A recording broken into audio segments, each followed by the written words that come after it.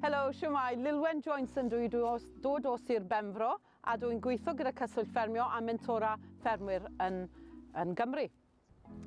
So dwi'n mentora gyda pobl sy'n mewn busnes Ffermio, ond falle bod nhw wedi Arallgyfeirio, so dwi'n supporto nhw gyda edrych ar y busnes yn gyfan gwbl, edrych ar yr arian, edrych ar y processes i cael y busnes i weithio, i fod yn llwyddiannus, a hefyd edrych ar falle y teulu a pwy sy'n yn charge o pwy part o'r busnes.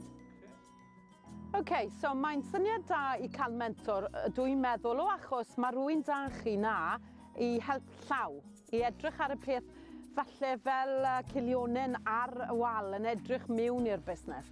So bydda na rhywun i edrych ar falle beth chi ddim yn gweld. Ni'n ymal yn gweld yn glir beth ni moyn, ond falle mae yna peth falle ni ddim cweit yn lle gweld. Mae rhywun arall yn gallu dod mewn a jyst edrych yn fanwl a helpu chi weld pethau sydd ddim yn y golwg. Wel, iasgaeth. Bethau wedi newid ma? I fi fel mentor, dwi'n hoff iawn o gweld pobl yn datblygu. Achos falle'r ideas o dan nhw ar y dechrau, y proses o ddod i mentora, dyw ddim yn edrych dim byd fel beth ni'n bennu lan ar ôl i ni orffen. So, a gweld y person yn newid, a penderfynu gyda'r teulu falle, cael mwy o sgwrs, a wedyn beth sydd ar y diwedd dan nhw, mae falle debyg neu mae hollol gwaniaeth. A dyn ni beth yn gwybod beth cweit sy'n mynd i ddigwydd, a dwi'n enjoyo'r port na.